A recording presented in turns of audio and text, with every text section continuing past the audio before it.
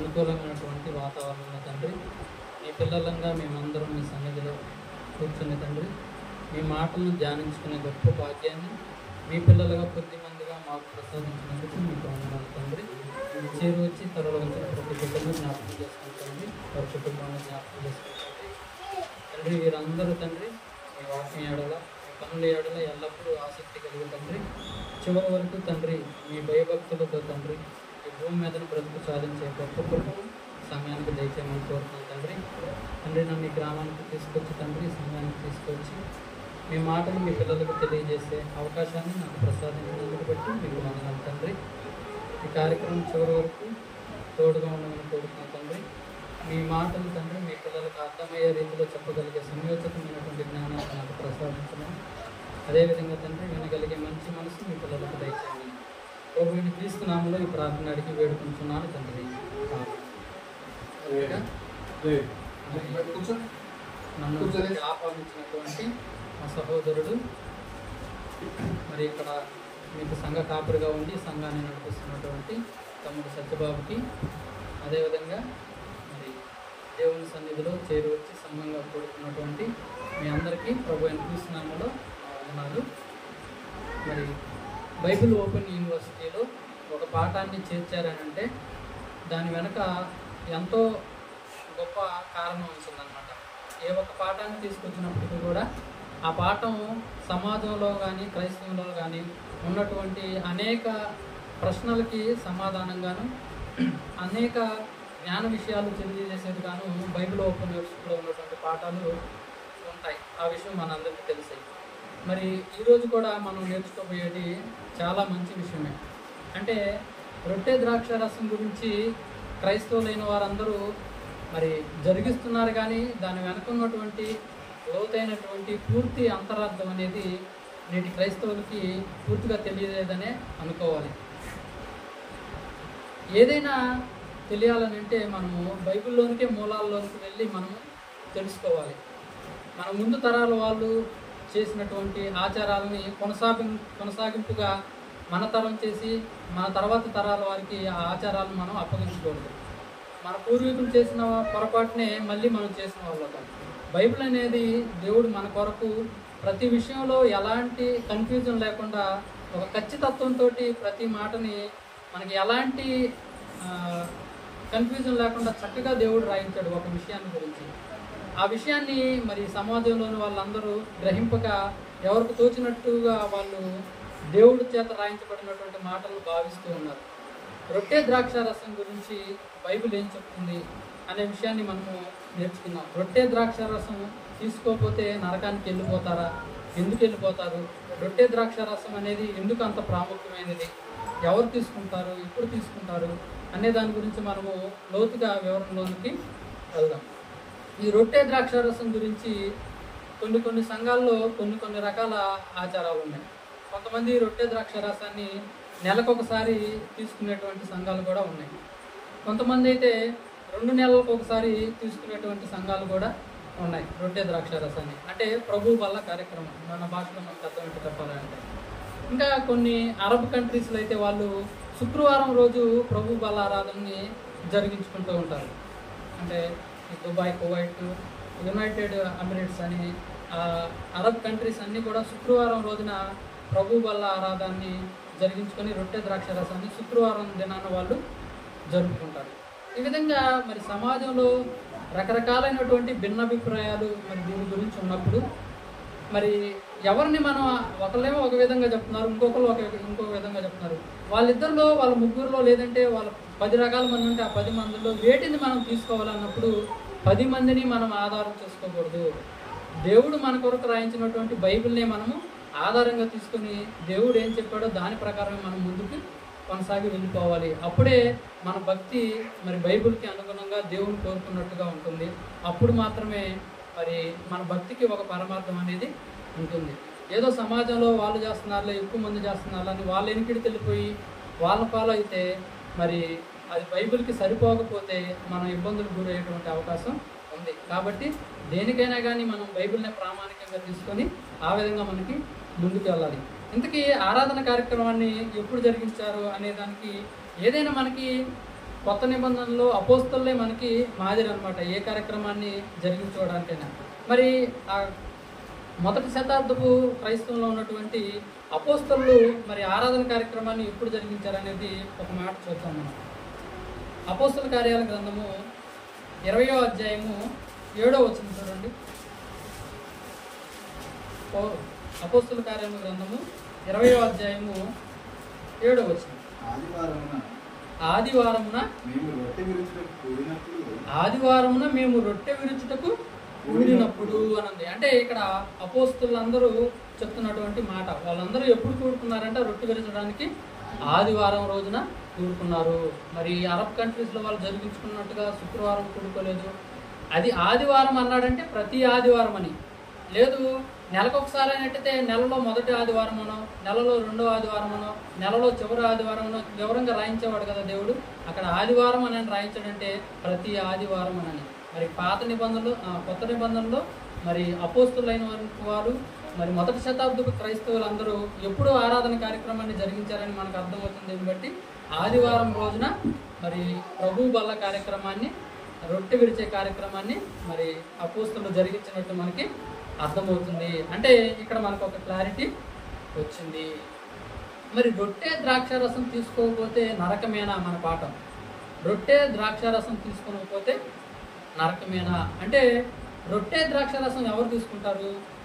సాధారణంగా దేవుణ్ణి నమ్ముకొని దేవునిలోకి వచ్చి మరి బాప్తిసం తీసుకున్న వాళ్ళందరూ మరి ప్రతి ఆదివారము ప్రభు బలలో చేతులు వేస్తారు. అంటే రొట్టె ద్రాక్షారసాన్ని తీసుకుంటారు. అంటే రొట్టె ద్రాక్షారసం తీసుకోకపోతే నరకమేనా అన్నట్టంటే, అంటే దేవునిలోకి వచ్చిన వాళ్ళు కూడా, అంటే దేవుని విశ్వసించిన వాళ్ళు తీసుకోవట్లేదు, అది వేరే విషయం. దేవునిలోకి వచ్చిన వాళ్ళు కూడా తీసుకోవట్లేదంటే మరి వాళ్ళు నరకానికి వెళ్ళిపోతారు అని చెప్తా ఉన్నాడు.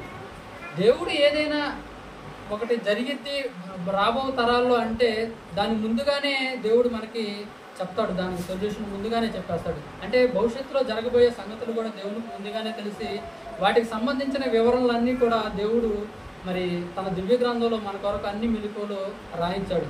ఈ విధంగా ఆదివారం ఇప్పుడు మనం చాలామందిని ఇప్పుడు సమాజంలో జరుగుతుంది ఏంటంటే, ఎందుకు ఈ పాఠం తేబడిందంటే, చాలామంది ఏం అలవాటు అంటే దేనికి అలవాటు అయ్యారంటే, మన చేతుల్లోకి ఈ ఫోన్లు రావడం వలన మరి ఎక్కడ జరిగేటువంటి కార్యక్రమం అయినా, ఫర్ ఎగ్జాంపుల్ ఎక్కడో ఎందుకు మన BOUIలోనే మరి మన తండ్రి గారు జయశాల్ గారు వాక్యం చెప్తున్నప్పుడు ఆదివారం ఆరాధనకి సంఘాలకి వెళ్లకుండా ఎవరికి వాళ్ళే ఇంట్లో కూర్చొని మరి ఫోన్లోనో ల్యాప్టాప్లో పెట్టుకొని ఆ చూసేసి దేవుని వాక్యం వినాలి అయిపోయిందని అన్నట్టు ఆ విధంగా ఆరాధనని కొనసాగిస్తున్నారు. ఎవరు దేవునిలోకి వచ్చి దేవుని విశ్వసించి బాప్తిసం తీసుకున్న వాళ్ళు కూడా.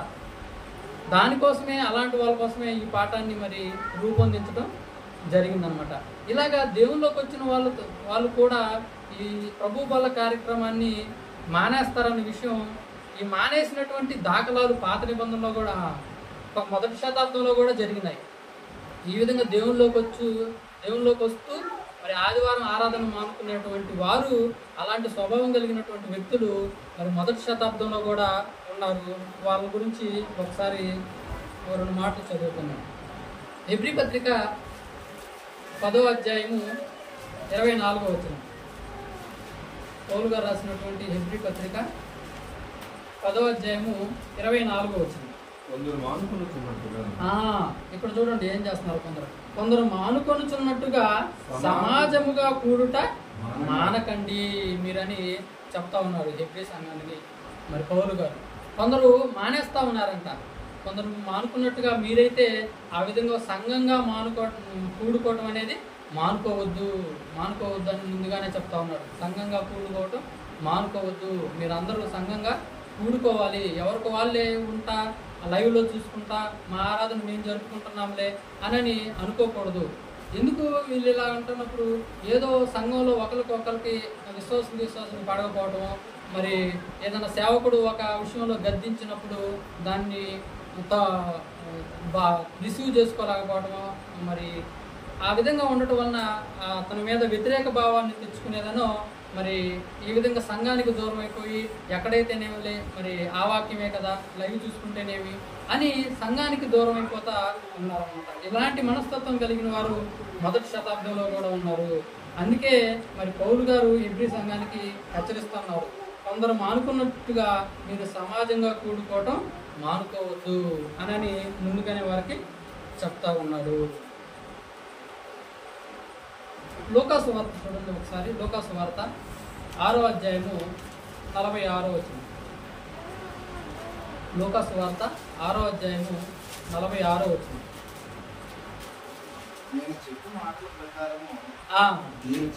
నేను చెప్పు మాటల ప్రకారం మీరు చేయక ప్రభువా ప్రభువా అని నన్ను పిలుచుట ఎందుకు? దేవుడు చెప్పినటువంటి ఒక క్రమాన్ని పాటించాలి. ముందు దేవుడు చెప్పినటువంటి క్రమాన్ని పాటిస్తేనే దేవుడు మన మాట వింటాడు. దేవుడు ఇచ్చినటువంటి క్రమాన్ని, దేవుడు చెప్పినటువంటి మాటల్ని వినకుండా మనం ఏది చేసినా కానీ దాన్ని అసలు దేవుడు స్వీకరించడు. మీరు అందరూ సమాజంగా కూడుకోమని దేవుడు చెప్పినాడు. అలా కాదు, నేను ఒంటరిగా ఉంటాను, నేను లైవ్ చూసుకుంటాను, నా పాటికి నేను ఆరాధించుకుంటాను, ఇంట్లో ప్రార్థన చేసుకొని ఆరాధన ముగించుకుంటాను అని అంటే దేవుడికి అది ఒప్పదు. అందుకే దేవుడితో నేను చెప్పిన మాటను విను. ఏం చెప్పాను నేను నీకు? మీరందరూ సమాజంగా కూడుకోవాలి నాయన, ప్రతి ఆదివారం సంఘంగా కూడుకోవాలి అని అన్నప్పుడు మనం అందరం సంఘంగా కూడుకోవాలి. అలాగా దేవుడు చెప్పినటువంటి మాటల ప్రకారం చేయక ప్రభువా ప్రభువా నన్ను పిలుచుట ఎందుకు? నా యొద్దకు వచ్చి నా మాటలు విని వాటి చొప్పున చేయి ప్రతి వాడును ఎవని పోలిండునో మీకు తెలియజేకును అని అంటున్నాడు. అలాగే 49వ వచనం చూడండి. అయితే నా మాటలు వినియు చేయని వాడు పునాది వేయక నేల మీద ఇల్లు కట్టిన వాడిని పోలి ఉండును అని అన్నాడు. అంటే ముందు నా మాటలు వినాలి. నా మాటలు వినకుండా మీరు ఎంత చేసినా అది నిరుపయోగమే. మీరందరూ సమాజంగా కూడుకోవాలని చెప్పాను. మీరందరూ సంఘంగా కూడుకోవాలి. ఎందుకు సంఘంగా కూడుకోవాలి? మనం అందరూ సమాజంగా కూడుకోవాలంటున్నాడు. మీరందరూ మానుకోవద్దు అంటున్నాడు. సమాజంగా కూడుకోవడం మానవద్దు అంటున్నాడు. ఎందుకు ప్రతి ఆదివారము మరి బలారాధన కార్యక్రమాలు జరిగించుకోవాలని మనం మొదట చదువుకున్నాం. అందరూ సమాజంగా కూడుకొని ఏం చేయాలి? అదే లూకాసు వార్త 14వ అధ్యాయము 15వ వచనం చూడండి. లూకాసు వార్త 14వ అధ్యాయము 15వ వచనం.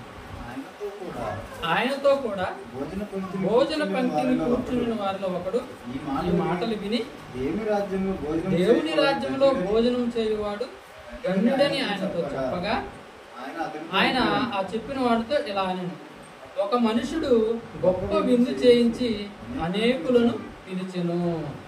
విందు కాలమందు అతడు ఇప్పుడు సిద్ధమై ఉన్నది రండని పిలువబడిన వారితో చెప్పుటకు తన దాసుని పంపెను. అయితే వారందరూ ఏక మనస్సుతో నెపములు చెప్పసాగిరి. ఎలా చెప్పసాగారు నెపాలు? ఒక్కొక్కడు ఎలా చెప్పాడు అనేది రాసుకుంటూ వచ్చాడు. వారిలో మొదటివాడు చెప్తున్నాడు, నేను ఒక పొలాన్ని కొని ఉన్నాను, నేను తొందరగా వెళ్ళి దాన్ని చూడవలెను, నన్ను క్షమించు, నేను రాలేనని నిన్ను వేడుకుంటున్నాను అన్నాడు. మరి ఒకడు రెండో వాడు అంటున్నాడు, నేను 5 జతల ఎడ్లను కొని ఉన్నాను, వాటిని పరీక్షించడానికి నేను వెళ్తున్నాను, కాబట్టి నన్ను కూడా క్షమించి దయచేసి వదిలేయమని వేడుకున్నాడంట. మరొకడు మూడో వాడైనా వచ్చాడంటే వాడేం చెప్తున్నాడు, నేను ఒక స్త్రీని వివాహం చేసుకుని ఉన్నాను, అందుచేత నేను కూడా రాలేనని అనేను. అప్పుడు ఆ దాసుడు, అంటే ఇక్కడ ఏంటంటే ఒక యజమాని, ఇక్కడ జరుగుతున్న సందర్భాన్ని మనం జాగ్రత్తగా పరిశీలించాలి. 16వ వచనం చూడండి. ఒక మనుషుడు గొప్ప విందు చేయించి అనేకులను పిలిచెను, అది సిద్ధమైన తర్వాత రండని పిలువబడిన వారితో చెప్పుటకు తన దాసుని పంపించాడు. ఒక యజమాని విందుని సిద్ధం తయారు చేశాడు. మరి ఆయన తెలిసిన పిలువబడిన వాళ్ళు ఉంది కదా, వాళ్ళని ఒకసారి పిలువు అని పంపించాడు. పంపిస్తే ఆ వెళ్ళినటువంటి దాసుడికి వీళ్ళందరూ ఒక్కొక్కరు ఒక్కొక్క విధంగా నెపాలు చెప్తా ఉన్నారు. ఒక అతను ఏం చెప్తున్నాడు, నేను పొలాన్ని కొనుక్కున్నాను, నేను వెళ్ళి చూసి రావాలి దాన్ని అంటున్నాడు. ఇంకొక ఆయన ఏం చెబుతున్నాడు, నేను 5 జతల ఎడ్లను కొనుక్కున్నాను, అవి అసలు మంచియో కాదో ఎలాంటో ఏంటో వాటి సామర్థ్యం ఏంటో, మరి అరక కడితే కానీ వాటి ఇదేంటో తెలియదు, బండి కడితే కానీ వాటి ఏంటో తెలియదు, నేను ముందు వాటిని పరీక్షించుకోవాలి, లేదంటే వాటికి 5 లక్షలు పెట్టినటువంటి ఖర్చు అంతా, 5 జతల ఎడ్లకు పెట్టిన ఖర్చు అంతా పోయింది, నేను ముందెళ్ళి వాటిని అర్జెంటుగా పరీక్షించాలంటారు. ఇంకొకరు ఏమంటున్నారు, నేను వివాహం చేసుకున్నాను రీసెంట్గానే, కాబట్టి నేను రాను కుదరదని ఇలాగ పిలువబడిన వాళ్ళందరూ నెపాలు చెప్తా ఉన్నారంట. 21వ వచనంలో ఏం చేస్తున్నాడు, అప్పుడు ఆ దాసుడు తిరిగి వచ్చి ఈ మాటలు ఆ యజమానికి తిరిగి చెప్పాడు. తెలియజేసినప్పుడు ఆ ఇంటి యజమానుడు అంటున్నాడు, కోపపడి నీవు త్వరగా పట్టణపు వీధిలోనికి సందుల్లోనికి వెళ్ళి బీదలను, అంగహీనులను, ఇంటివారిని, గుడ్డివారిని ఇక్కడికి తోడుకొని రమ్మని ఆ దాసులతో చెప్పాడు. ముందేమో ఆ పిలువబడిన వాళ్ళు అంటే ఆయన నియమించుకున్న వాళ్ళని పిలవమని చెప్పాడు, యజమానుడు పంపించాడు దాసుని తీసుకురమ్మని. ఎంతే ఆ దాసుడికి ఒక్కొక్కడు ఒక్కొక్క కారణం చెప్పి రాలేదు. సరే వీళ్ళు అట్ట రాలని కోపం వచ్చేసి మరి మీకు వీధుల్లో కనపడ్డ వాళ్ళందరినీ పిలుచుకొని రమ్మని మరి ఆ యజమానుడి ఆ దాసునికి ఆజ్ఞాపించాడు. అంతటా ఆ దాసుడు 22వ వచనం, నీవు ఆజ్ఞాపించినట్టు చేసి తిని కానీ ఇంకేనో చోటు ఉన్నదని చెప్పాను. ఈ విధంగా వాళ్ళందరూ సంత వీధులు అందరూ పిలిస్తే వాళ్ళందరూ వచ్చేసారు, ఇంకా అది మిగిలి ఉంది. అందుకు యజమానుడు, నా ఇల్లు నిండునట్లు నువ్వు ఇంకా రాజమార్గంలోనికి కంచెల్లోనికి వెళ్ళి వాళ్ళని కూడా పిలుచుకొచ్చేసి వాళ్ళని కూడా బలవంతం చేసేసి అని చెప్పాను. ఎలా అనగా పిలువబడిన ఆ మనుషుల్లో ఒక్కడును నా విందు రుచి చూడడని మీతో చెప్తున్నాను. ఇదంతా మనం చదువుకున్నప్పుడు ముఖ్యంగా 3 విషయాలు మనకి అర్థమవుతున్నాయి. ఒక యజమానుడు భోజనాన్ని సిద్ధపరిచాడు, పిలువబడిన వాళ్ళకి మరి ఇన్ఫర్మేషన్ పంపించాడు దాసుడి చేత, వాళ్ళు రాలేదు. మరి సంత వీధుల్లోకి వెళ్ళి వేరే వాళ్ళని పిలుచుకున్న వాళ్ళందరూ వచ్చారు. ఇంతకీ ఆ విందు ఏంటిది, ఆ భోజనం ఏంటిది, ఆ పిలువబడిన వారు ఎవరు అనేది మనకి తెలియాలన్నమాట. యేసుక్రీస్తు వారు ఏది చెప్పినా అది ఉపమాన రీతిగా చెప్తారనమాట. ఇక్కడ మనం ఒక్కొక్కటిగా విడగొట్టుకొని చదువుకోవాలి. ఇంతకీ పిలువబడిన వారు ఎవరు, మరి ఆడ విందు చేస్తున్నారనగా ఆ విందు ఏంటిది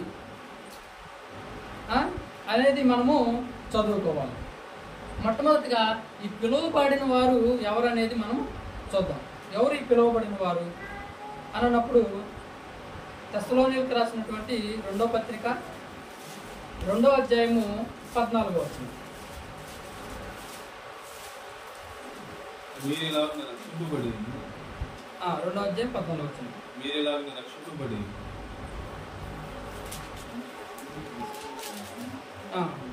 మీరు ఇలాగున రక్షింపబడి మన ప్రభువైన యేసుక్రీస్తు యొక్క మహిమను పొందవలెనని ఆయన మా సువార్త వలన మిమ్మును పిలిచెను. ఇక్కడ వీరందరూ ఇక్కడ ఒకరి గురించి చెప్తున్నారు. ఈయన పౌలు గారు తెస్సలోనిక గురించి చెప్తున్నాడు, వాళ్ళ గురించి చెప్తున్నాడు. ఏమని? మీరు ఇలాగ రక్షింపడ్డారు. ఎలాగనంటే మన ప్రభు అయినటువంటి యేసుక్రీస్తు యొక్క మహిమను పొందాలని ఆయన మా సువార్త వల్ల మిమ్మల్ని పిలిచాడు.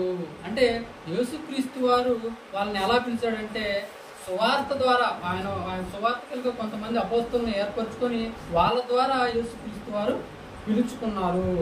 చూడండి, మీరు ఇలాగున రక్షింపబడి మన ప్రభు అయిన యేసుక్రీస్తు యొక్క మహిమను పొందాలని ఆయన మా సువార్త వల్ల మిమ్మల్ని పిలిచాను. ఆయన అంటే ఇందాక దాసుడు, ఇక్కడ దాసులకు ఎవరు కనపడుతున్నారు? అపోస్తలులు కనపడుతున్నారు. యజమానికి ఎవరు కనపడుతున్నారు? యేసుక్రీస్తు వారు కనపడుతున్నారు. ఇక్కడ పిలువబడిన వారు ఉన్నప్పుడు ఇక్కడ మనం చదువుకున్న వచనాన్ని బట్టి తెస్సలోనిక సంఘం వాళ్ళే కానీ ఇక్కడ మనకి ఇది అన్వయించుకున్నప్పుడు మరి దేవుని మనమందరం కూడా పిలువబడిన వారమే. ఎలాగా? మనం కూడా ఎవరో సువార్త చెప్తే మరి ఆ వాక్యానికి మనం ఆకర్షితులమయ్యి మరి దేవునిలోనికి మనం అందరము పిలువబడ్డ వారము. దేవునిలోనికి వచ్చి ఎవరో సువార్త చెప్తారు, దేవుని గురించి చెప్తారు.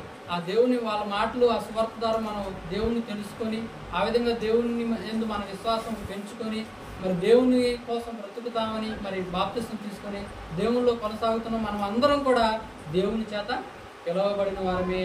ఆయన తన దాసులుగా అపోస్తలులను దేవుని పని చేసే సేవకులను ఏర్పరచుకొని మనల్ని అందరినీ పిలుచుకున్నాడు. పిలువబడిన వారు ఎవరన్నప్పుడు దేవుని పిల్లలమైనటువంటి మనమే.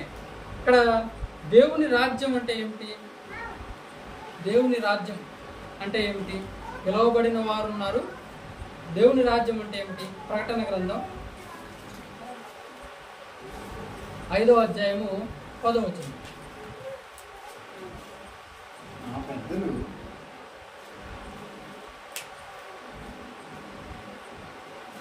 ప్రకటన గ్రంథం 5వ అధ్యాయం 10వ వచనం. తీసుకుని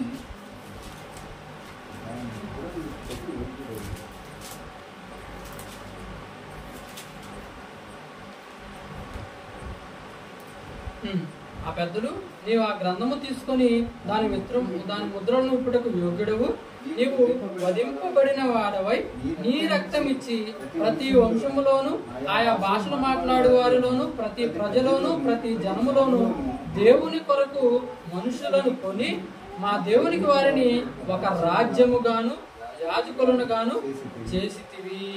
చూడండి, ఇక్కడంట ఒక ఆయనంట వధింపబడిన వాడై తన రక్తం ఇచ్చి ప్రతి వంశములోను ఆయా భాషలు మాట్లాడే వారిలోను ప్రతి ప్రజలోను ప్రతి జనములోను దేవుని కొరకు మనుషులను కొని దేవునికి వారిని ఒక రాజ్యంగా యాజకులుగా చేసేసాడంట.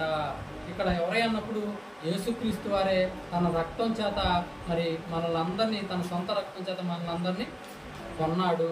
మనమందరం ఆయన చేత కొనబడినటువంటి మనమందరము, యేసుక్రీస్తులోనికి వచ్చినటువంటి మనమందరము ఒక రాజ్యము, దేవుని రాజ్యంలో ఉన్నవారము మనమంతా. మరొక మాట చూడండి, పేతురు రాసిన మొదటి పత్రిక 2వ అధ్యాయము 9వ వచనం. పేతురు రాసిన మొదటి పత్రిక 2వ అధ్యాయము 9వ వచనం.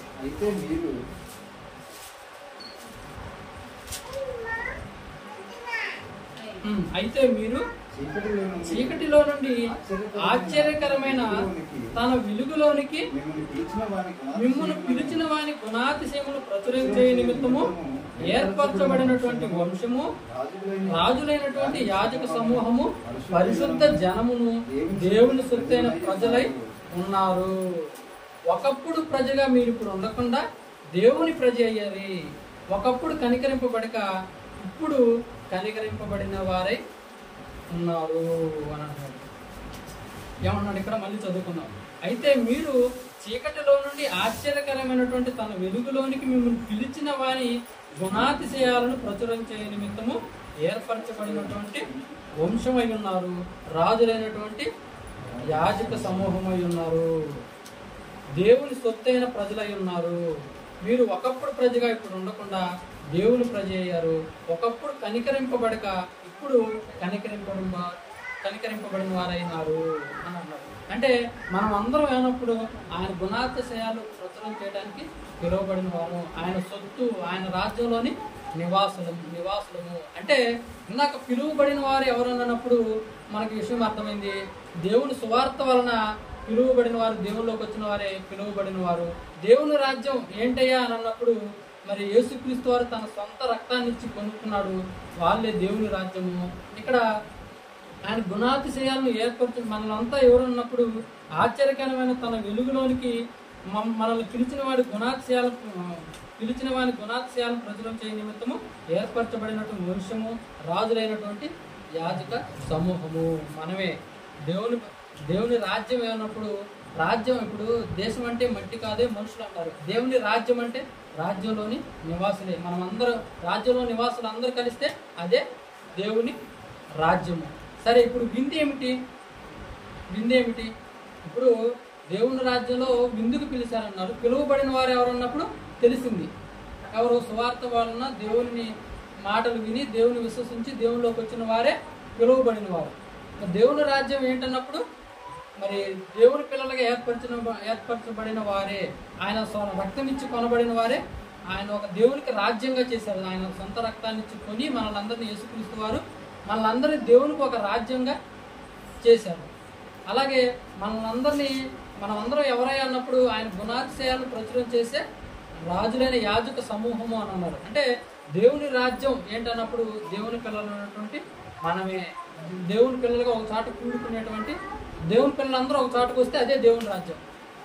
పిలువబడిన వారు ఎవరన్నప్పుడు దేవుని విశ్వసించి దేవునిలోనికి వచ్చిన వారు. మరి విందేమిటి? ఆయన సిద్ధపరిచినటువంటి విందేమిటి అని అన్నప్పుడు యోహాను సువార్త 6వ అధ్యాయము 41వ వచనం చూడండి.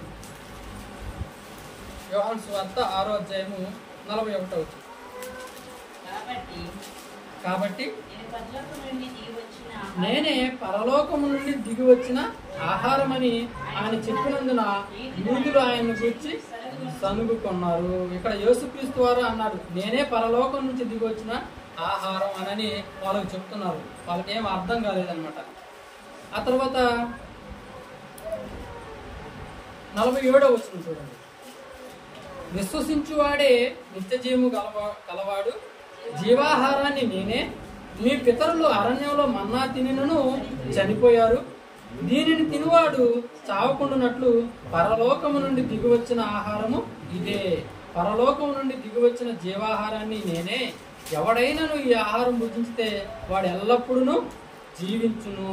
మరియు నేనిచ్చు ఆహారము లోకమునకు జీవము కొరకైన నా శరీరమే అని మీతో నిశ్చయముగా చెప్పుచున్నాను.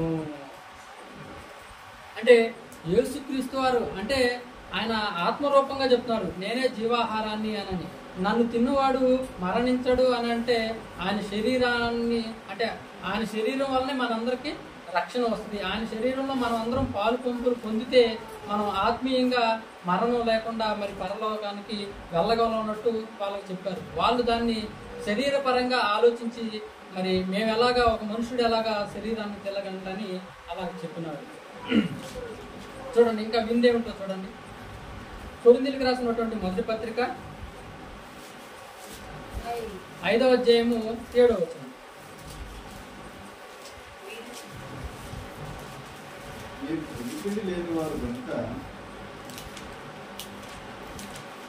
కొరింథీయులకు రాసినటువంటి మొదటి పత్రిక 5వ అధ్యాయము 7వ వచనం. మీరు ఉలిపిండి లేని వారు కనుక కొత్త ముద్ద ఒకటై ఆ పాతదైన పులిపిని తీసి పారవేయుడు. అంతేకాక క్రీస్తును మన పస్కా పశువు వధింపబడేది కనుక పాతదైన పులిపిండితోనైనను దుర్మార్గతయు దుష్టత్వము పులిపిండితోనైనా కాకుండా నిష్కపటమైనటువంటి సత్యమును పులియని రొట్టెతో పండుగను ఆచరించము అని అంటున్నాడు. చూడండి, మీరు పులిపిండి లేని వారు కనుక కొత్త ముద్ద ఊటకై ఆ పాతదైన పులిపిండిని తీసి పారవేయుడి. ఇంతేకాక క్రీస్తు అను మన పస్కా పశువు వధింపబడెను అన్నాడు. అంటే యేసుక్రీస్తు వారే పస్కా పశువుగా వధింపబడ్డారు. అంటే పస్కా పశువుగా ఎందుకు వధింపబడ్డారంటే మనకు అసలు పస్కా గురించి తెలియాలన్నమాట.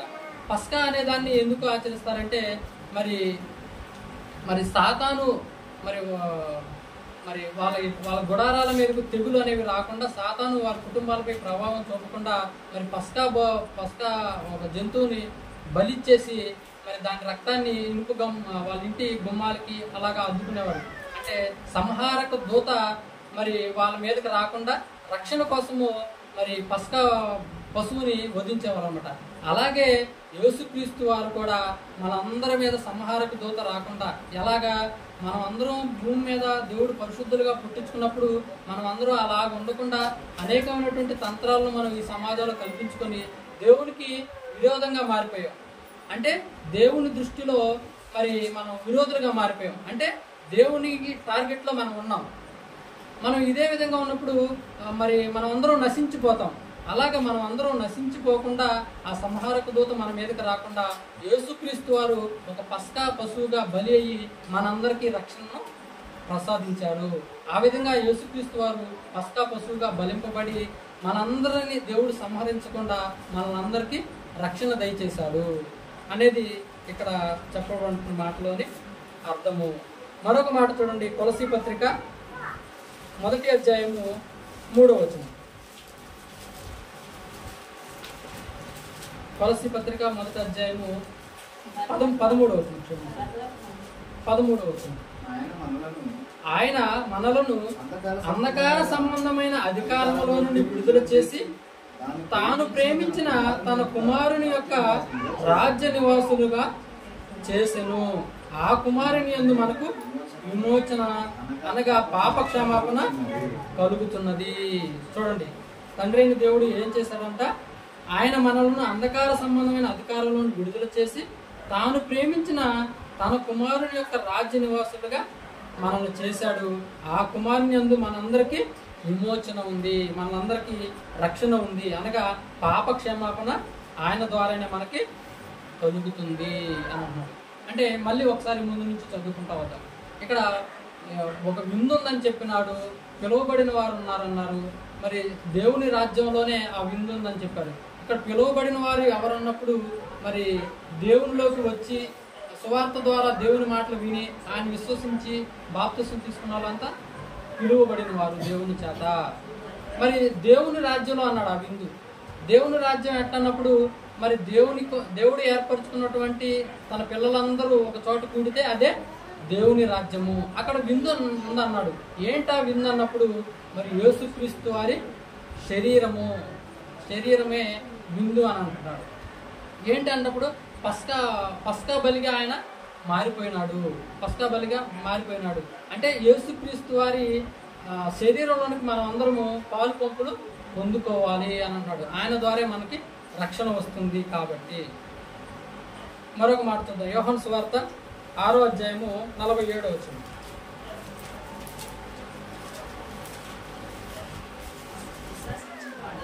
యోహాను సువార్త 6వ అధ్యాయం 47వ వచనం.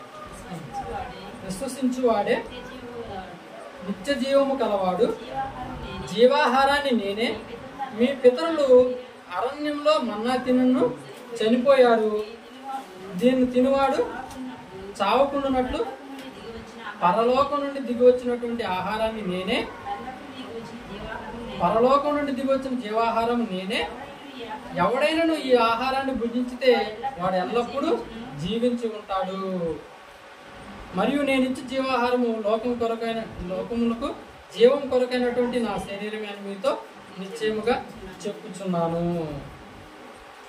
ఈయన తన శరీరం ఎలాగో తినగలనని ఒకరితో ఒకడు వాదించిరి. అప్పుడు యేసుక్రీస్తు వారు అంటున్నాడు, కావున యేసు ఇట్లను, మీరు మనుష్య కుమారుని శరీరం తిని ఆయన రక్తము త్రాగితేనే గాని మీలో మీరు జీవము కలవారు కారు. నా శరీరం తిని నా రక్తం త్రాగువాడే నిత్య జీవము కలవాడు, అంత్య దినమున వాడిని నేను లేపుదును. నా శరీరము నిజమైన ఆహారము, నా రక్తము నిజమైనటువంటి పానము అయి ఉన్నది. నా శరీరం తిని నా రక్తం త్రాగువాడు నా యందును నేను వాని యందును నిలిచి ఉందుము. చూడండి, అంటే 54వ వచనంలో నా శరీరం తిని నా రక్తం త్రాగువాడే నిత్య జీవం కలవాడు అని అంటున్నాడు. అంటే యేసుక్రీస్తు వారి శరీరాన్ని తిని ఆయన రక్తాన్ని త్రాగితేనే నిత్య జీవం కలవాడు అంటాడు. నిత్య జీవం అంటే పరలోకము, వాడికే నిత్య జీవం ఉంటున్నాడు. అంటే అది తినకుండా అది త్రాగకుండా ఉన్న వాళ్ళకి ఏం లేదని దాని అర్థం, నిత్య జీవం లేదని. అంటే యేసుక్రీస్తు వారి శరీరాన్ని రక్తాన్ని తీసుకొనకపోతే ఆ వ్యక్తి నరకానికి వెళ్ళిపోతాడు అని మనకి అర్థమవుతుంది. అంటే ప్రతి ఆదివారం జరిగేది రొట్టె ద్రాక్ష రసం తీసుకోవడం అంటే ఏంటి? యేసుక్రీస్తు వారి శరీరాన్ని ఆయన రక్తాన్ని మనము తీసుకోవడమే. అలాగే తీసుకొని వారు ఏమైపోతుందంట, వాళ్ళకి నిత్య జీవం అనేది ఉండదంట. నిత్య జీవం లేకపోవడం అంటే దాని అర్థం వాళ్ళు నరకానికి వెళ్ళిపోతారు అని అర్థం. అంటే రొట్టె ద్రాక్ష రసం తీసుకోకపోతే నరకమేనా అంటే, మరి రొట్టె ద్రాక్ష మన పాఠం పేరు మనం ఇవాళ చెప్పుకుంటుంది ఏంటంటే, రొట్టె ద్రాక్ష రసం తీసుకోకపోతే నరకమేనా అంటే, రొట్టె ద్రాక్ష రసం తీసుకున్న వాడే నిత్య జీవం కలవాడని యేసుక్రీస్తు వారే చెప్తున్నారు. అంటే ఆ విధంగా వాళ్ళు తీసుకోవట్లేదంటే వాళ్ళందరికీ నిత్య జీవం లేదని. అంటే ఈ పాఠాన్ని ఎందుకు పెట్టారని అంటే, మీరు ముందు రాలేదు కాబట్టి మళ్ళీ చెప్తాను. అంటే దేవుని సన్నిధిలోకి రాకుండా దేవుని పిల్లలందరితో కలిసి రొట్టె ద్రాక్ష రసాన్ని ప్రతి ఆదివారం మనము తీసుకోవాలి. అలా కాకుండా ఎవరికి వారు ఇంట్లో ఆరాధన అనేది ఒకరికొకరుగా చేసుకోకూడదు. అంటే ఊరిక వాక్యాన్ని వింటాం, ఇవాళ ఆదివారం వాక్యం వచ్చింది ఆరాధన ఫోన్లో చూసినానని సంఘంగా కూడుకోవడం అనేది మానుకోకూడదు. దేవుడు ఏం చెప్పాడు? దేవుని రాజ్యంలో విందు సిద్ధమైనది, పిలువబడిన వాళ్ళందరూ పిలిచాము, వాళ్ళు ఎవరూ రాలేదు. మరి వాళ్ళు పిలువబడిన వాళ్ళు రాకపోవడం వలన వేరే వాళ్ళని పిలిచాము, వాళ్ళందరూ వచ్చారని మరి ఉపమాన రీతిగా యేసుక్రీస్తు వారు చెప్పబడింది. ఇక్కడ పిలువబడిన వారు ఎవరన్నప్పుడు దేవుని పిల్లలైనటువంటి వారు, దేవుని సువార్త వలన దేవుని వాక్యానికి ఆకర్షితులై దేవునిలోకి వచ్చిన వారే పిలువబడిన వారు. దేవుని రాజ్యం ఏంటన్నప్పుడు దేవుడు ఏర్పరచుకున్నటువంటి పిల్లలందరూ ఒక చోట చేరితే అదే దేవుని రాజ్యము. మనం ఆదివారం అందరము మరి ఒక సంఘంగా కూడుకుంటాము, అదే దేవుని రాజ్యము. విందు ఏంటన్నప్పుడు ఏర్పరిచేటువంటి విందు ఏంటన్నప్పుడు యేసుక్రీస్తు వారి శరీరము, యేసుక్రీస్తు వారి రక్తము, అదే ఆయన ఏర్పాటు చేసినటువంటి విందు. దాన్ని ప్రతి ఆదివారము దేవుళ్ళలోకి వచ్చినటువంటి ప్రతి ఒక్కరూ ఆచరించాలి. యేసుక్రీస్తు రొట్టె ద్రాక్ష రసాన్ని తీసుకోకపోతే తీసుకున్న వాళ్ళకే నిత్య జీవం ఉంటుంది.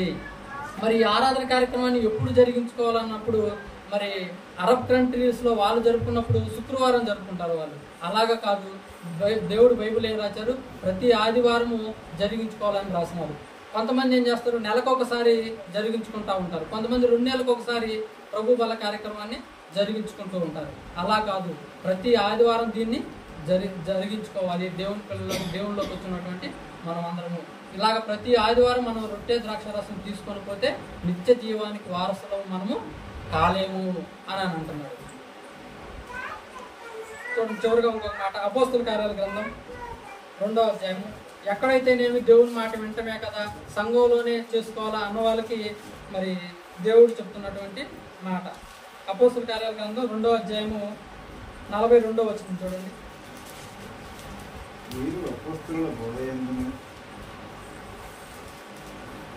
అపోస్తుల కార్యాల గ్రంథం 2వ అధ్యాయం 42వ వచనం. వీరు అంటే ఎవరు?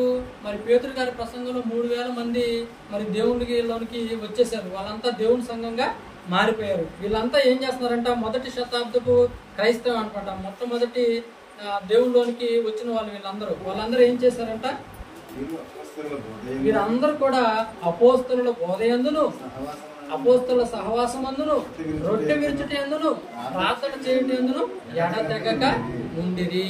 దాన్ని ఎప్పుడు ఆబ్సెన్సీ చేయకుండా ఎడతెగక ఉన్నారంట. ఏమేమి పనులు చేస్తున్నారంటే, వీళ్ళందరూ దేవుళ్ళలోకి వచ్చిన వాళ్ళంతా అపోస్తలుల బోధలో ఉన్నారంట ఎడతెగకుండా, వాళ్ళ సహవాసంలో ఎడతెగక ఉన్నారంట. అలాగే రొట్టె విరుచుటలో కూడా కలిసే ఉన్నారంట. కానీ వీళ్ళేం చేస్తున్నారు, ఏదైతే వాక్యం వింటే చాలే, సంఘంతో కలిసి ఉండకపోతే ఏంటని అంటున్నారు. సంఘంలో ఉన్నటువంటి విభేదాలను బట్టి మరి దూరం అయిపోయి ఒక్కలంగా మనం దేవుని భక్తి చేస్తున్నామని చెప్పకూడదు. దాని గురించి దేవుడు ఏమన్నాడు, నేను చెప్పిన మాటల ప్రకారం నువ్వు నడువక ప్రభువా ప్రభు అని నన్ను పిలుచుట ఎందుకు అన్నాడు. దేవుడు ఏం చెప్పాడు, మనం అందరము కలిసి ఉండాలన్నాడు. సంఘంలో మరి ఏమేమి చెప్తున్నాడు ఇక్కడ, అపోస్తలుల బోధలో ఉండాలి, మనము ఎడతెక్కకుండా, వాళ్ళ సహవాసంలో ఎడతెక్కకుండా ఉండాలి, రొట్టె విరుచులో కూడా ఎడతెక్కగా ఉండాలి. వీటన్నిటినీ చేయాలి. అప్పుడు దేవుడికి మనము ప్రార్థించాలి. అలాగే మనం సంఘానికి వేరైపోయి మనకు మనంగా అనేది జరిగించకూడదు. అలాగా ఆదివారం రొట్టె తీసుకోకుండా ఊరికి వాక్యం ఉంటే వారికి నిత్య జీవం ఉండదని యేసుక్రీస్తు వారు చెప్తున్నాడు. వాక్యం వినాలి, అదేవిధంగా రొట్టె విరుచడం అనేది ప్రతి ఆదివారం తప్పనిసరిగా తీసుకోవాలి. అలా చేయకపోతే నిత్య జీవానికి మనం వారసులం కాలేము అని చెప్తూ ఉన్నాడు. ఇలాగా తీసుకున్న వాళ్ళ గురించి మరికొన్ని మాటలు చెప్తున్నారు. అవి చూసుకొని ముగించేసుకున్నాం. కొరింథీయులకు రాసినటువంటి మొదటి పత్రిక మనం ప్రతి ఆదివారం చదువుకునే మాటలు. కొరింథీయులకు రాసినటువంటి మొదటి పత్రిక 11వ అధ్యాయము 25 నుంచి చదువుకున్నాం. 25 నుంచి ఆ ప్రకారమే 26 చదువుకున్నాం. ఇదంతా తెలుసు. మనం యేసుక్రీస్తు వారి రొట్టెను తీసుకుంటాం, ఆ తర్వాత ద్రాక్ష రసాన్ని తీసుకుంటాం. మీరు ఈ రొట్టెని తిని ఈ పాత్రలోనిది త్రాగునప్పుడల్లా ప్రభువు వచ్చే వరకు ఆయన మరణాన్ని ప్రచురించాలి అంటున్నాడు. ఇప్పుడు దాకా మనం చెప్పుకున్న పాఠం అంతా ఏంటన్నప్పుడు, ఆదివారం అనేది రొట్టె విరిచే కార్యక్రమానికి ఎవరు దూరం కాకూడదు అని. ఆదివారం జరిగేటువంటి దేవుని విందుకి ఎవరు దూరం కాకూడదు. విందు ఏంటనేది, పిలువబడిన వాళ్ళు ఎవరేంటనేది తెలుసుకున్నాము. దేవుని రాజ్యం ఏంటనేది తెలుసుకున్నాం. దేవుని విందు కార్యక్రమం అంటే తెలుసుకున్నాం. ఏంటది అన్నప్పుడు, ఆదివారం మనం జరిగించుకునే బల్ల ఆరాధన కార్యక్రమం, యేసుక్రీస్తు వారి రక్తాన్ని ద్రాక్ష రసాన్ని తీసుకునే కార్యక్రమము. దీనికి ఎవరు దూరం కాకూడదు. అలా దూరం అయితే యేసుక్రీస్తు వారి రక్తాన్ని, శరీరాన్ని తీసుకొని వాడు నిత్య జీవానికి వారసుడు కాలేడు అని చెప్పినారు యేసుక్రీస్తు వారే. అంటే దాన్ని ఖచ్చితంగా తీసుకోవాలి అని తెలిసింది. నిత్య జీవం నరకానికి వెళ్లకుండా ఉండాలంటే ఈ కార్యక్రమానికి మనము ఆప్షన్ పెట్టకూడదు, దీన్ని మానుకోకూడదు అని చెప్తున్నారు. ఇలాగ తీసుకుంటున్న వాళ్ళకి ఏం చెప్తున్నాడో చూడండి. ఇందాక తీసుకోకుండా అది మానేసిన వాళ్ళకి నిత్య జీవం లేదని చెప్పాడు. మరి తీసుకుంటున్నటువంటి మనకి, మరి ఆయన చెప్పిన ప్రకారం నడుచుకుంటున్నటువంటి మనకి కొన్ని సలహాలు, సూచనలు చెప్తున్నాడు దేవుడు. అవి కూడా చూద్దాం. కాబట్టి 26వ వచనం మళ్ళీ చదువుకుందాం. మీరు ఈ రొట్టెని తిని ఈ పాత్రలోనిది త్రాగునప్పుడల్లా, అంటే దేవుడు ప్రభు బల కార్యక్రమంలో జరిగించమన్నాడు. అలా జరిగించకపోతే నిత్య జీవం లేదని చెప్పాడు. మనం చేస్తున్నాం. అలా చేస్తున్నప్పుడు ఏం చేస్తున్నాం, ఈ రొట్టెని తిని ఈ పాత్రలోనిది త్రాగునప్పుడల్లా ప్రభు వచ్చే వరకు ఆయన మరణాన్ని మనము ప్రచురించాలి. చూడండి, అక్కడేమో అసలు దాని దాకే రాని వాళ్ళు ఉన్నారు. ఏది? ప్రభు వాళ్ళ కార్యక్రమాన్ని మానేసిన వాళ్ళు. ముందు నిత్య జీవానికి వెళ్ళాలంటే ముందేం చేయాలి? ఆ కార్యక్రమంలోనికి రావాలి. రాగానే సరిపోదు, మళ్ళీ దేవుడు ఇంకో విషయం చెప్తున్నాడు. ఏం చెప్తున్నాడు? ఈ రొట్టెని తిని పాత్రలో తాగినప్పుడల్లా ప్రభు వచ్చే వరకు ఆయన మరణాన్ని ప్రచురించాలి అని అంటున్నాడు. తీసుకుంటున్న మనకి మరొక బాధ్యత యాడ్ అవుతుంది. ఇది పుచ్చుకుంటున్నటువంటి మనము యేసుక్రీస్తు వారి గురించి అనేక మందికి మనము ప్రచురించాలి. దేవుని మాటలు అనేక మందికి చెప్పాలి. ఆయన మాటలు అనేక మందికి వినిపించాలి. సువార్త ద్వారా, మీటింగుల ద్వారా, ఎలాగైనా కానీ మరి దాని గురించి తెలుసుకున్నాం. ప్రభు వల్ల చేయాలని తెలిసింది. అలా అయిపోతే నరకానికి వెళ్తామని తెలిసింది. ఏసి వచ్చినటువంటి మనం ఎలా మారాము? దేవునిలోకి వచ్చాము. ఎవరో వస్తేనే అసలు మనకున్నటువంటి ఈ ప్రాంతానికి ఎలా వచ్చింది దేవుని వాక్యం? ఇదంతా ఎవరో పక్క దేశం అంటే అప్పుడు ఎవరో అపోస్తుల దగ్గర నుంచి అలాగ విస్తరిస్తూ వచ్చినటువంటి సువార్త అలాగ కొంతమందికి ఇలాగ విస్తరిస్తూనేగా మన దాకా వచ్చింది. అలాగే ఇంకా ఇలాగ దేవుని తెలియని వాళ్ళు కూడా తెలియాలంటే ఎలాగా? అప్పుడు ఉన్న వాళ్ళు మాకు తెలిసిందని మెలకుంటే మన దాకా వచ్చేదా? రాదు. ఈ విషయాలన్నీ మనకు తెలిసేవో తెలియదు. కాబట్టి ఇంకా దేవునిలోనికి రాని వాళ్ళకి తెలియాలంటే తెలుసుకున్నటువంటి మనము యేసుక్రీస్తు వారి గురించి ఏం చేయాలి? ప్రచురం చేయాలి. ప్రచురం చేస్తేనే ఆ సువార్త వలన అనేక మంది పిలువబడతారు. ఇందాక మనం చదువుకున్నాం కదా, పిలువబడిన వారు ఎవరన్నప్పుడు యేసుక్రీస్తు వారు తాను ఏర్పరచుకున్నటువంటి సేవకుల ద్వారా సువార్త ద్వారా పిలుచుకున్నాడంట. మనల్ని కూడా ఎలాగా? ఎవరో సేవకులు వాక్యం చెప్తుంటే వాళ్ళ ద్వారా మనం పిలువబడ్డాం. దేవుడు వాళ్ళని ఏర్పాటు చేసుకుని వాళ్ళ ద్వారా మనం పిలిచాడు.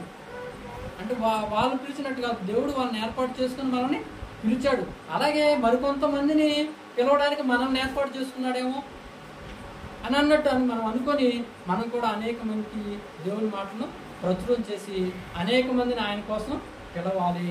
ఆయన రాజ్యంలోనికి చేర్చాలి. అలాగే మన స్వార్థ ద్వారా అనేక మందిని పిలిస్తే వాళ్ళు దేవుళ్ళలోకి వస్తారు, దేవుని విశ్వసిస్తారు. ఇంకా లోతుల్లోకి వెళ్ళిపోయి దేవుని గురించి తెలుసుకొని బాప్తిసం తీసుకొని రక్షణలోకి వస్తారు. వాళ్ళు కూడా ప్రభు వాళ్ళలో చేస్తారు. వాళ్ళు కూడా నిత్య జీవానికి వారసులు అవుతారు. ఆ తర్వాత ఇంకా చెప్తున్నారు చూడండి 28వ వచనంలో, కాబట్టి ప్రతి మనుషుడు తన్ను తాను పరీక్షించుకొనవలెను. ఈ రొట్టెను తిని పాత్రను త్రాగవలెను. ప్రభు శరీరం అని వివేచింపక తిని త్రాగువాడు తనకు శిక్షావిధి కలుగుటకే తిని త్రాగుతున్నాడు. ఇందువలనే మీలో అనేకులు బలహీనులు అవుతున్నారు అని చెప్తున్నాడు దేవుడు.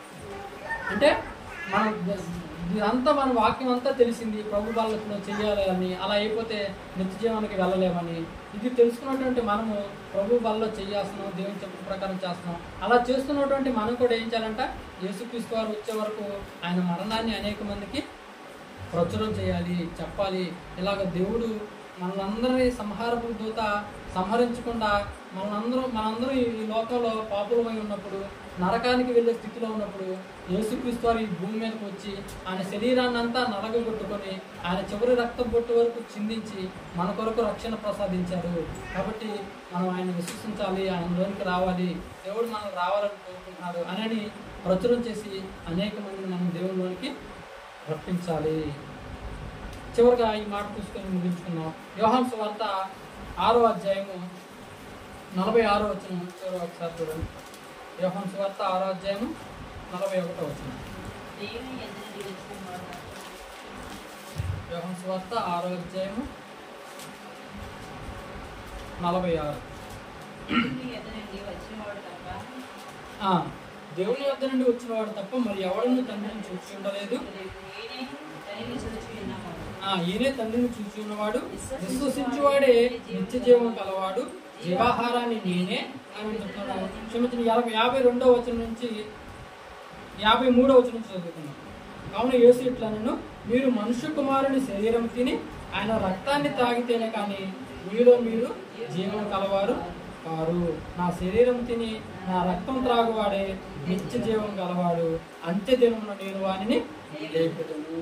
ఇలాగా మరి ఆయన శరీరాన్ని తిని ఆయన రక్తాన్ని తాగితేనే అంత్యదినాల్లో వారిని లేపుతానంటున్నాడు. అంటే ఇప్పుడు మనం అందరం ఆదివారం వాస్తవంగా స్వయంగా యేసుక్రీస్తు వారి శరీరాన్ని, ఆయన రక్తాన్ని పుచ్చుకోం. ఆయన శరీరానికి సాదృశ్యమైనటువంటి రొట్టెని తీసుకుంటాము, ఆయన రక్తానికి సాదృశ్యమైనటువంటి ద్రాక్ష రసాన్ని. ఎందుకంటే మనం ఆ రొట్టెని తీసుకున్నప్పుడు రొట్టె మనకి కనపడకూడదు. ఆ రోజు యేసుక్రీస్తు వారి నలగగొట్టబడినటువంటి యేసుక్రీస్తు వారి దేహం మనకి గుర్తు రావాలి. ఆ పుచ్చుకుంటున్నటువంటి ద్రాక్షరసం మనం పుచ్చుకుంటున్నప్పుడు ద్రాక్షరసం కాదు మనకు గుర్తు రావాల్సింది, ఆ రోజు యేసుక్రీస్తు వారు చిందించినటువంటి రక్తాన్ని మనం జ్ఞాపకం తెచ్చుకోవాలని, మరి దానికి సాదృశ్యంగా మనము ద్రాక్షరసాన్ని పుచ్చుకుంటున్నాము. అంటే ఆ రెండింటిని మనం చూస్తున్నప్పుడు ఆ రోజు జరిగినటువంటి సంగతులు మన కళ్ళ ముందుకు రావాలన్నమాట. ఒక గుర్తుగా దాన్ని పెట్టారనమాట. ఇప్పుడు భార్యాభర్తలకు వివాహం అయిందని గుర్తేంటి?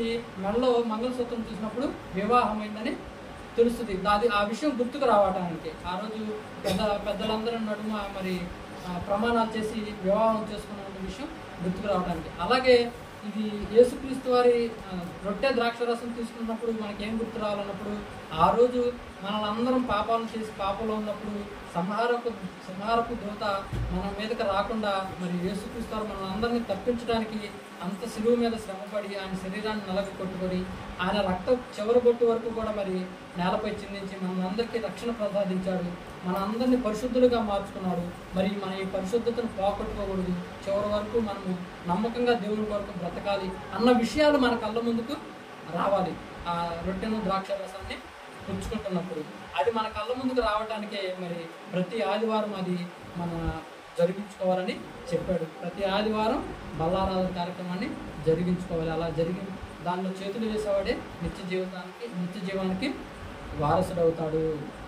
అదేవిధంగా అది పుచ్చుకుంటున్నటువంటి మనము అనేక మందికి మరి ఆయన గురించి, ఆయన మరణం గురించి ప్రచురం చేయాలి. ఎందుకంటే మనం అదే సువార్త వాళ్ళని పిలువబడ్డాము. మరికొంతమంది దేవుడు ఎవరినో ఏర్పరచుకుంటారు, వాళ్ళందరూ కూడా రావాలంటే ఆయన మాటలు చెప్తేనేమో మన ద్వారానే వస్తారేమో. కాబట్టి మనం కూడా ఆ ప్రచురం చేసే పనిలో ఉండాలి. అలా ఉన్నప్పుడు మనం అందరము నిత్య జీవానికి వారసులము అవుతాము. అదనమాట. రొట్టె ద్రాక్షరసం తీసుకున్నట్లయితే నరకమేనా? ఎందుకు ఈ పాట పెట్టానన్నప్పుడు మనం చదువుతాం.